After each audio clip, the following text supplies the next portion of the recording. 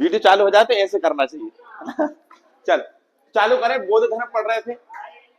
बौद्ध धर्म में सुनो, बौद्ध धर्म जो संप्रदाय है या बौद्ध धर्म की विषय में हम बात करें तो इसके कितने भाग थे? 3। हमने 2 पढ़ चुके, एक हीनयान और एक महायान। देखो ध्यान रखिएगा, किसकी बात चल रही है? बौद्ध धर्म। तो बौद्ध धर्म जो है ये कितने भागों में बटा हुआ है? 3।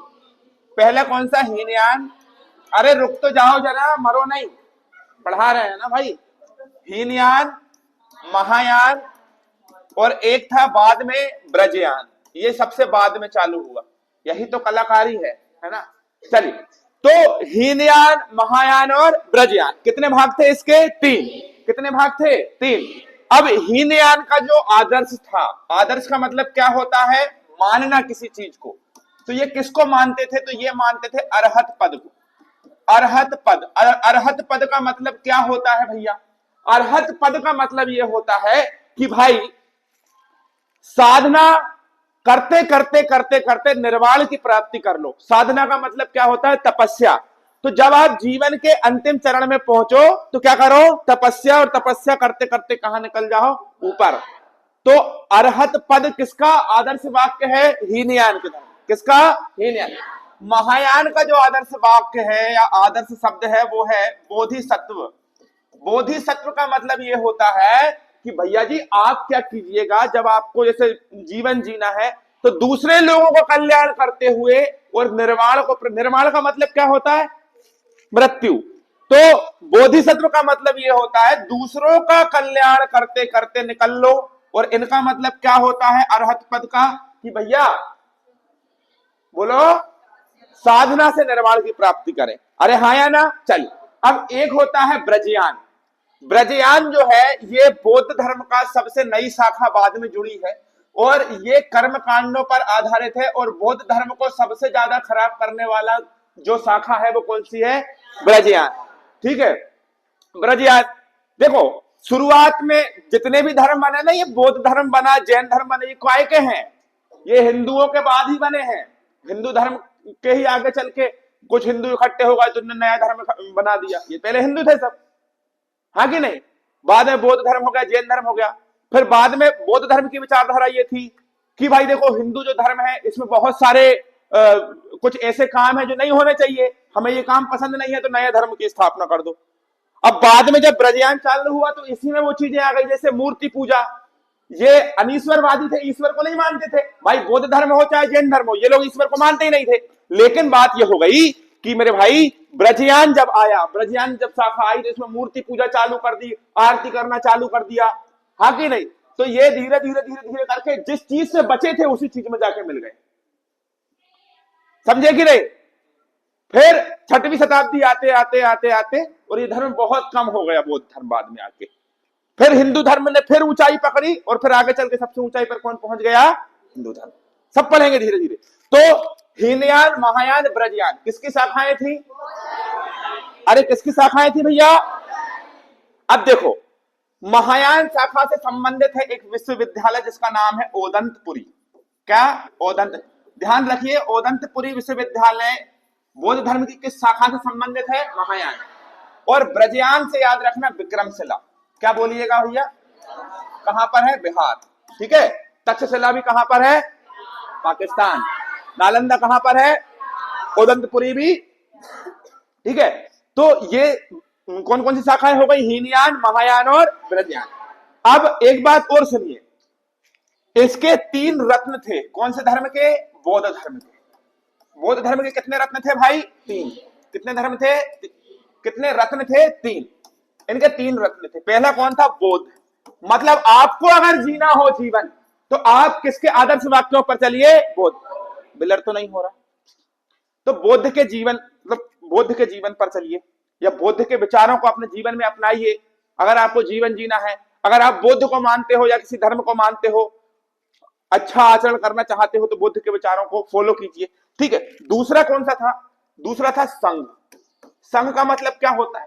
संघ का मतलब यह होता है कि आप बौद्ध धर्म के जो अनुयायी हैं, बौद्ध धर्म के कौन? अनुयायी, जो लोग बौद्ध धर्म को मानते हैं, उनकी बातें सुनिए या उनके साथ रहिए। तीसरा है धर्म। धर्म के बारे में आपको पता है तो जल्दी से मुझे बताइए कितने रत्न थे बौद्ध धर्म के? कौन कौन थे? कौन कौन? बौद्ध संघ और धर्म। अरे हाँ कि नहीं? अब देखिए, अभी तक जितने भी धर्म थे उनमें जुलूस वुलूस का कोई प्रावधान नहीं था कि जुलूस निकालेंगे। सबसे पहले जुलूस निकालने का काम किसने प्रारंभ किया? बौद्ध धर्म के लोग। कौन से धर्म के लोगों ने? तो याद रखना मेरे भाई, जुलूस निकालने का, धार्मिक जुलूस, कौन सा जुलूस? धार्मिक। धार्मिक जुलूस निकालने का कार्य सबसे पहले किस धर्म के लोगों ने प्रारंभ किया? कौन से धर्म के लोगों ने प्रारंभ किया? अरे हाँ, अब सुनिए, इनके सबसे ज्यादा फेमस जो धार्मिक त्योहार है वो कौन सा है? वो कौन सा त्योहार है? जल्दी बताएं। कौन सा? पूर्णिमा। बुद्ध पूर्णिमा। क्यों? क्योंकि गौतम बुद्ध पूर्णिमा के दिन ही पैदा हुए, पूर्णिमा के दिन ही ज्ञान प्राप्त हुआ, पूर्णिमा के दिन मृत्यु हुई। तो इनकी मृत्यु को मृत्यु नहीं कहते हैं, इनकी मृत्यु को कहते हैं महापरिनिर्वाण। क्या कहते हैं? महापरिनिर्वाण का मतलब क्या होता है? मृत्यु। ठीक है, जितने भी बौद्ध धर्म के लोग अभी मरते हैं तो उसमें लिखा रहता है निर्वाण, लेकिन केवल महापरिनिर्वाण किसके धर्म से, किसकी मृत्यु से संबंधित है? अरे हाँ कि नहीं? चलिए अब हम आगे चलेंगे। जो गौतम बुद्ध थे, इन्होंने बोला कि पूरी दुनिया काय से भरी हुई है? दुख से। काय से भरी हुई है? दुख से भरी हुई है। तो दुख के लिए इन्होंने कितने चरण बताए थे? 4। कितने बताए थे? पहला बताया था दुख, दूसरा बताया था दुख समुदाय, दुख समुदाय, तीसरा बताया था दुख निरोध। क्या बताया था? दुख निरोध। हर इंसान के पास अपना अपना दुख है मेरे भाई। चौथा क्या बताया था? दुख निरोध, दुख निरोध गामिनी। हाँ या ना? तो बताएं, इन्होंने दुख के बारे में कितने सत्य बताए? 4। पहला तो दुख, फिर दुखों का समुदाय, मतलब बहुत सारे दुखों का एक बंडल, फिर दुख निरोध गामिनी, दुख निरोध मतलब दुख को रोकना, और दुख निरोध गामिनी। ये कितने चरण हैं? 4। ये कितने सत्य हैं? 4। तो दुख के बारे में 4 सत्य बताने वाले कौन थे? गौतम बुद्ध। कौन थे भाई? अगर आपको दुखों से मुक्ति चाहिए तो आपको क्या करना है, ये भी सुनिए। अगर आपको दुख से मुक्ति चाहिए, आप चाहते हैं कि जीवन में कभी किसी प्रकार का दुख ना हो, भावना जी, है ना, तो आपको क्या करना है? आपको एक मार्ग अपनाना है जिसे कहते हैं अष्टांगिक मार्ग। कौन सा मार्ग? अष्टांगिक मार्ग। 8 जो पॉइंट हैं, जैसे अच्छा देखो, अच्छा सोचो, अच्छा बोलो, किसी की बुराई, चोरी वगैरह। तो ये अच्छी अच्छी चीज कितनी? 8। तो दुखों से बचने के लिए अष्टांगिक मार्ग किसने दिया था? गौतम। तो किसने दिया? अगर आपको अच्छे से जीवन जीते हुए चले जाना है तो भी कौन सा मार्ग अपनाओ? हाँ कि नहीं? समय पर फीस जमा करो। हाँ कि नहीं? शिक्षक से शिक्षा लेते समय बराबर मात्रा में पैसे का भुगतान करो। ऐसा नहीं है कि 4 महीने बाद फीस दे रहे हैं, ऐसा नहीं करना। ठीक है, चलिए अब सुनिए, जो बुद्ध के बारे में अगर हम बात करें, कौन के बारे में? तो गौतम बुद्ध की सबसे पहली अगर कोई मूर्ति बनी तो मथुरा शैली में बनी। कौन सी शैली में? तो बुद्ध की पहली प्रतिमा, पहली प्रतिमा, देखो आ गए ना प्रतिमा पे, है ना? मूर्ति पूजा का विरोध था शुरू में, लेकिन अब आ गए मूर्ति बनाने की। तो बुद्ध की पहली प्रतिमा कौन सी शैली में बनी? अरे बोलते क्यों नहीं हो? है ना? और सबसे ज्यादा इनकी जो मूर्तियां बनी है वो कौन सी शैली में बनी है? गांधार। सबसे ज्यादा या सर्वाधिक मूर्तियां किस शैली में बनी है? गांधार। किस शैली में बनी है? बुद्ध की प्रतिमा कौन सी शैली में? और सबसे ज्यादा काय में? अरे हाँ या ना? सर्वाधिक गांधार। सबसे पहली। आपसे पूछे लाल पत्थर किस शैली में उपयोग करते हैं? मथुरा। और काले लाल, दुखों से मुक्ति है तू कौन सा मार्ग? कौन सा मार्ग? अब मेरी बात सुनो, गौतम बुद्ध के बारे में जब गौतम बुद्ध 483 ईसा पूर्व चले गए, गौतम बुद्ध कहां चले गए? तो चले कैसे गए? पावापुरी बिहार में एक जगह है पावापुरी, पावापुरी नाम की जगह में जहर दिया चुंद नाम के व्यक्ति। चुंद कौन था भाई? देखो, पावापुरी में जैन धर्म के लोग रहते थे, जैन धर्म के लोग जैन धर्म को मानते थे। ये बौद्ध धर्म की दीक्षा देने चले गए, तो उन लोगों ने बोला खचरा हमारे दुख को, हमारे धर्म को खराब करने के लिए आया है, खुद के धर्म को, है कि नहीं? तो भाई आपसे भी कोई बोलेगा हिंदू धर्म छोड़ दो, ये धर्म अपना लो, तो आपको मन होता है ना कि इसको मारे अपन। चुंद ने उसको पहले तो गौतम बुद्ध को बहुत आदर सत्कार किया, तो गौतम बुद्ध को लगा अच्छा आदमी, धीरे से उन्होंने, कहते हैं कुछ लोग, जहरीला मशरूम खिला दिया। मशरूम की बहुत सारी प्रजाति होती है, कुकुरमुत्ता जहरीला मशरूम खिला दिया। जहरीला मशरूम जब खाया इन्होंने, तो इनके शरीर में तकलीफ हुई, तो इनने कहा यार तबीयत खराब हुई है थोड़ी थोड़ी सी, तो खाने के बाद चल दिए। कहां चले? कुशीनगर, और वहां जाके फिर उनकी डेथ हो जाती।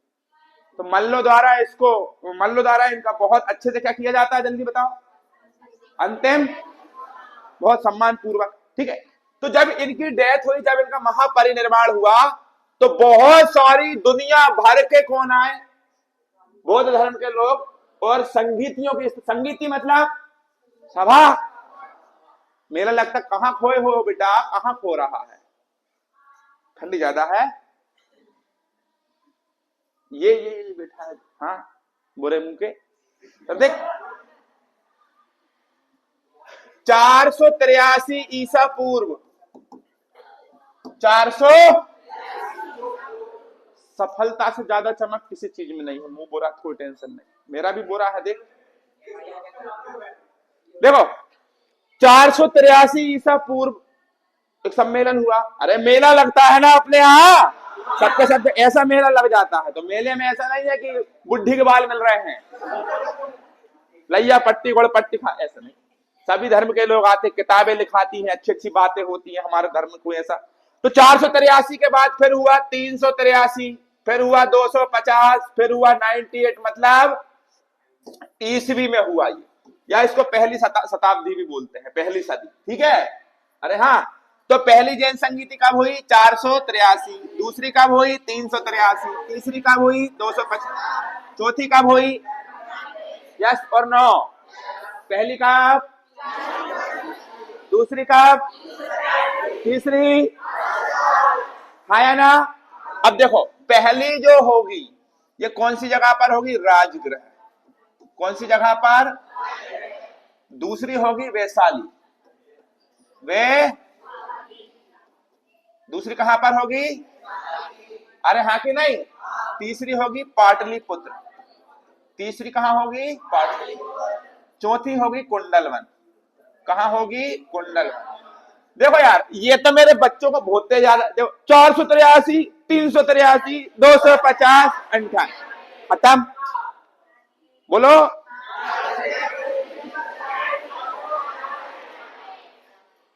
देखो आपका कोई दोस्त होगा रवि नाम का, रवि नाम के जितने भी लड़के रहते हैं वो सब पीके के जैसे दिखते हैं। कैसे दिखते हैं? पीके से, याद कर लो।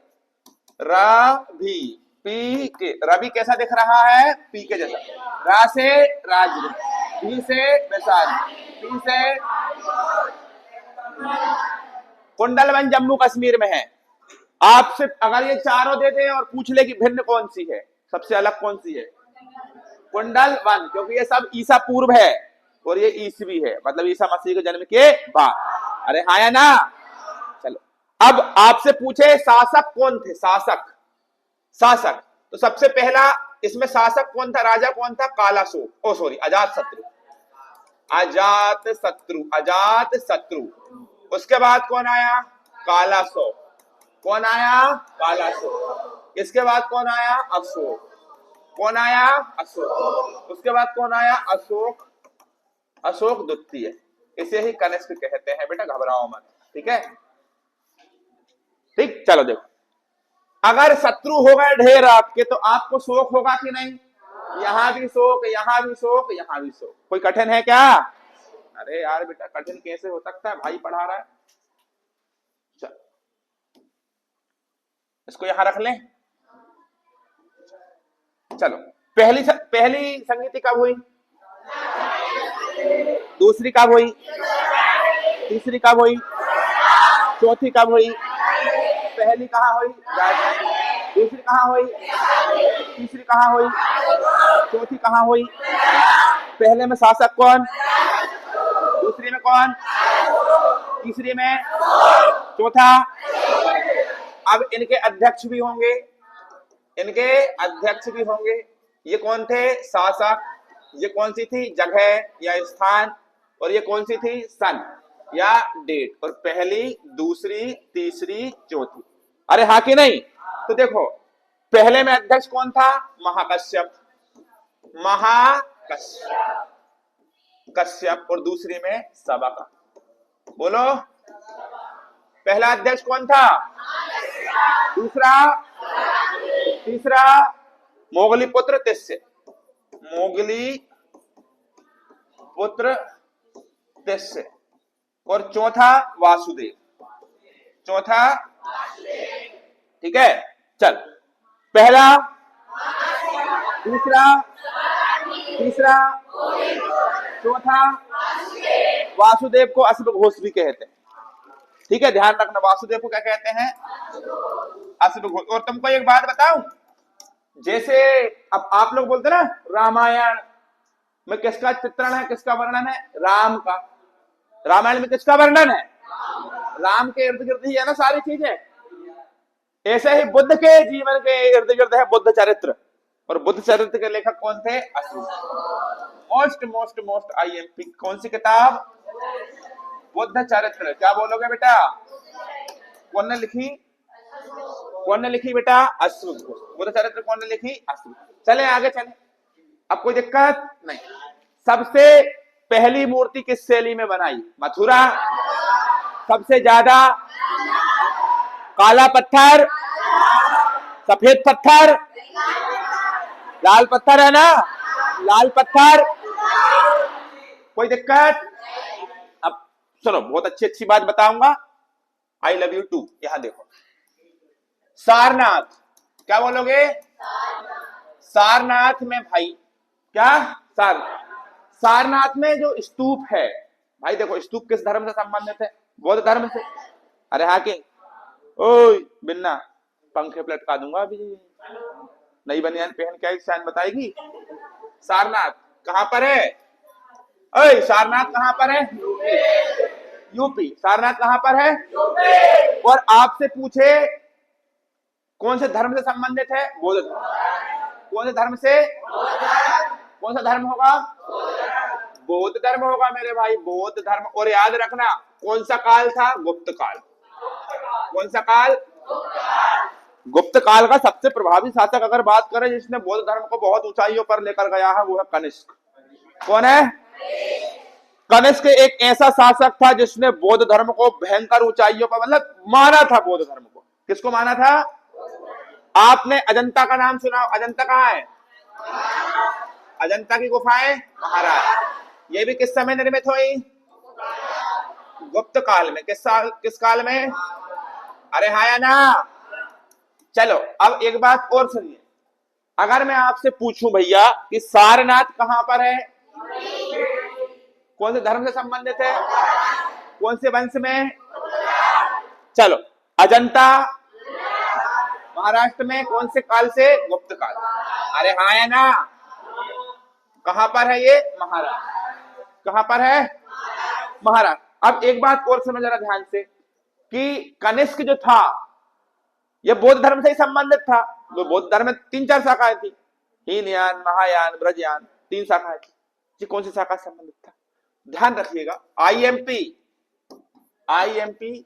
और यहां पर एक और लिखें, बाबू, सोना, चांदी, बहुत आईएमपी है, ठीक है। कनिष्क, क्या बोलोगे, कनिष्क किस धर्म से संबंधित था, बौद्ध धर्म। कौन सी शाखा, महायान।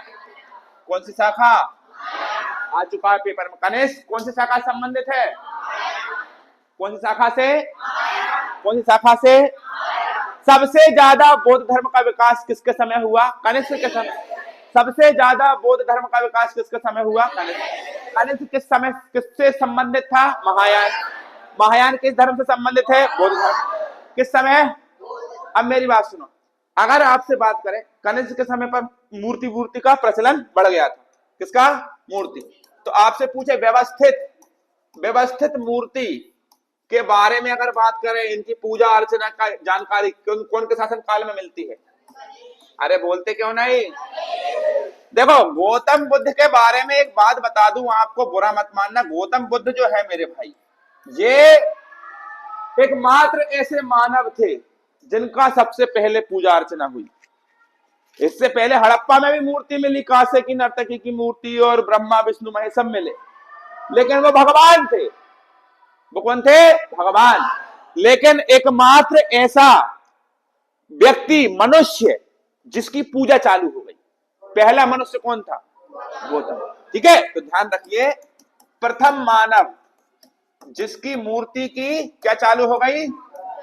पूजा अर्चना, या जिसकी मूर्ति की पूजा होना चालू हो गई। अरे हाँ या ना? अब आपसे बात करें, बुद्ध की जो 80 फीट ऊंची मूर्ति है, मूर्ति ये कहां पर बनी है? तो ध्यान रखना, गौतम बुद्ध की 80 फीट ऊंची प्रतिमा, 80 फीट क्या बेटा? प्रतिमा, 80 फीट प्रतिमा, ये कहां पर बनी हुई है? बिहार। और बिहार में कौन सी जगह पर? बोध गया। अरे बोलते क्यों नहीं हो? कितने फीट मूर्ति है ये? अरे हाँ या ना? गौतम बुद्ध की कितने फीट मूर्ति? 80। कहां पर है? किसने बनवाई? जापानियों ने। बनवाई नहीं, मतलब बनाई। किसने बनाई? जापानियों ने। हाँ कि नहीं? अब आपसे बात करें, सबसे बड़ी गौतम बुद्ध की लेटी हुई प्रतिमा है ना, तो लेटी हुई प्रतिमा, लेटी हुई प्रतिमा, ये भी कहां पर है? बिहार। ये भी कहां पर है? तो गौतम बुद्ध की 80 फीट ऊंची मूर्ति, सबसे बड़ी लेटी हुई मूर्ति। अरे हाँ कि नहीं? जैसे राम के लिए रामायण लिखी गई, वैसे बुद्ध के लिए, गौतम बुद्ध के लिए बुद्ध चरित्र लिखा। किसने लिखा? किसने लिखा? किसने लिखा? अशोक घोष। हाँ सॉरी, अशोक घोष, अशोक बोल रहा था। अब एक बात सुनो जरा ध्यान से, गौतम बुद्ध जो है जब पैदा हुए थे, उससे पहले ये अपनी माँ के पेट में थे, तो गर्भ में थे। अरे हाँ कि नहीं? तो गौतम बुद्ध जब अपनी माँ के पेट में थे, तो उसका प्रतीक चिन्ह क्या है? हाथी। क्या है? बोलते क्यों नहीं? क्या था? हाथी। माँ के पेट में गौतम बुद्ध थे, तो उसका प्रतीक चिन्ह क्या है? हाथी। लेकिन जब बाहर आए, तो जन्म जब हुआ, तो इनका प्रतीक चिन्ह क्या था? कमल। क्या था? कमल। जब जवान हुए, युवा अवस्था आई, तब क्या हुए? सॉरी, तब इनका प्रतीक चिन्ह क्या है? अरे हाँ कि नहीं? सान। जब घर त्याग दिया, ग्रह त्याग दिया, तो ये क्या है? अरे बोलो, घर त्याग देने का प्रतीक चिन्ह क्या है? घोड़ा। ज्ञान, जब ज्ञान आया, तो उसका प्रतीक चिन्ह क्या है? ज्ञान का प्रतीक चिन्ह वृक्ष। और काय के वृक्ष के नीचे आया था? काय के? पीपल के वृक्ष के नीचे। ठीक है। उपदेश का प्रतीक चिन्ह क्या है? उपदेश का प्रतीक चिन्ह है बेटा चक्र। क्या है? गर्भ का, जन्म का, युवावस्था, गृह त्याग, ज्ञान, उपदेश, समृद्धि। जो समृद्धि आई, इसका प्रतीक चिन्ह क्या है? शेर। क्या है? मृत्यु, इसका प्रतीक चिन्ह क्या है? पद चिन्ह। क्या है? पद चिन्ह मतलब पैरों के निशान। गर्भ का, जन्म का, युवावस्था, गृह त्याग, उपदेश, समृद्धि, युवावस्था, गर्भ, गर्भ। अब बौद्ध धर्म की एक शाखा थी नई वाली, मैंने कौन सी बताई थी? ब्रजयान। कौन सी शाखा? ये ब्रजयान शाखा को गुरु रिनपाच नाम के व्यक्ति, क्या नाम था इनका?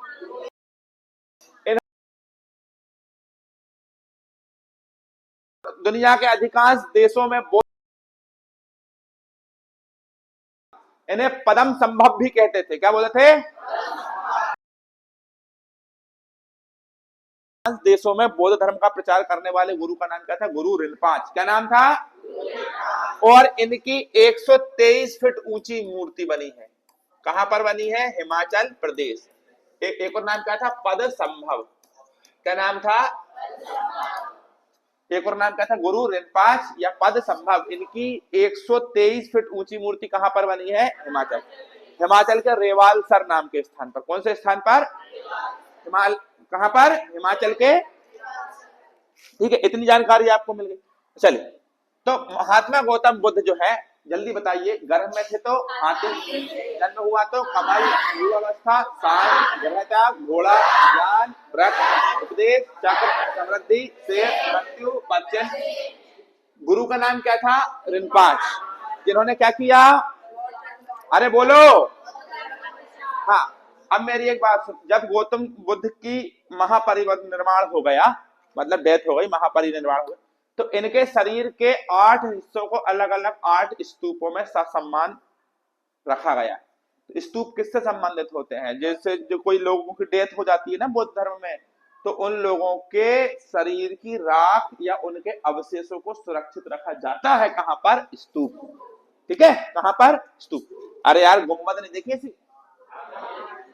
गुंबद उस टाइप के होते हैं, स्तूप देख लेना मोबाइल पे। ठीक है, चल मैं इसी बोर्ड पे दिखा देता, लेकिन अब समय हो चला। चलो, सबसे पुराना स्तूप कहां पर मिला है? तो पिपहरवा। कहां पर? सबसे पुराना स्तूप पिपहरवा। पिपहरवा कहां पर है? पिपहरवा कहां पर है? यूपी। सबसे प्राचीन स्तूप। और ध्यान रखिएगा बेटा, एक बात बता रहा हूं, किसी को बोलना नहीं है ना। अशोक ने सबसे ज्यादा स्तूप बनवाए। कितने स्तूप बनवाए? 84,000। कहां पर बनवाए?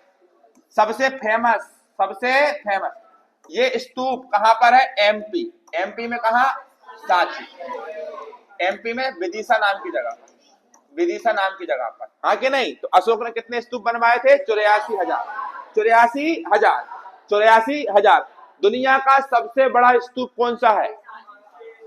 बोरोबुदुर। दुनिया का सबसे बड़ा स्तूप